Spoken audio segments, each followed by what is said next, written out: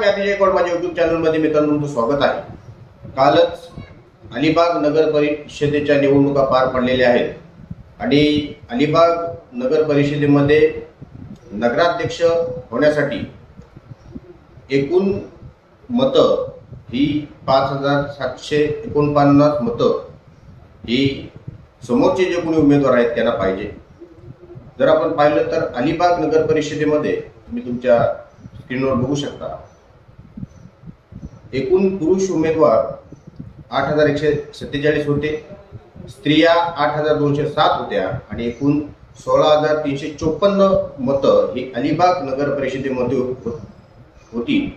आणि त्याच्यापैकी काल जवळजवळ पुरुषांनी 5853 आणि स्त्रियांनी 5645 मतदानाचा हक्क बजावलेला आहे आणि एकूण 11498 मतदान झालं। एकूण टक्केवारी आपण बघितली तर 70.31% मतदान हे काल झालेलं आहे। आणि जिंकण्यासाठी या दोन उमेदवार आहेत, शेतकरी कामगार पक्ष आणि काँग्रेस आघाडी करून अक्षय नाईक यांना जिंकण्यासाठी 5749 किंवा युतीच्या उमेदवार भारतीय जनता पार्टी आणि शिवसेना शिंदे गटाचे उमेदवार तनुजा पेरेकर यांना 5749 मतं पाहिजे। ज्यांना कोणाला 5749 मतं मिळतील तो उमेदवार हा विजय होईल। खऱ्या अर्थाने आजच 2 तारखेला मतदान काल झालं, आज 3 तारखेला मतमोजणी होती, परंतु आज काही मतमोजणी होणार नाही, आपल्याला वाट पाहावी लागणार आहे। आणि 21 तारखेला आपल्याला खऱ्या अर्थाने अक्षय नाईक जिंकतील की तनुजा पेरेकर जिंकतील हे समजेल। पहिल्यांदाच भारतीय जनता पार्टीने अलिबाग नगर परिषदेमध्ये नगराध्यक्ष पदाचा उमेदवार दिलेला होता, सोबत 19 त्यांची उमेदवारी आहेत।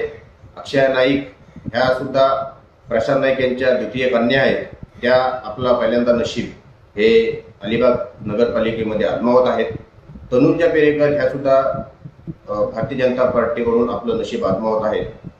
तर खऱ्या अर्थाने 21 तारखेला कोण जिंकेल हे पाहणं महत्त्वाचं ठरेल। अतिशय चांगल्या पद्धतीने काल अलिबाग नगर परिषदेच्या निवडणुका पार पाडल्या।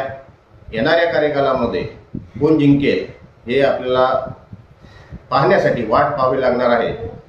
ह्याच्यामध्ये जास्त काही सांगायची मला आवश्यकता नाही आहे, फक्त काल जे मतदान झालं, किती टक्के मतदान झालं हे सांगण्यासाठीच हा एक छोटासा व्हिडिओ बनवतो मित्रांनो। जर आपण पाहिलं तर शेतकरी कामगार पक्षाची एवढ्या वर्ष नगर परिषदेवर सत्ता आहे, परंतु ह्या वेळेला नक्की काय होतंय हे पाहणं तेवढंच महत्त्वाचं ठरणार आहे।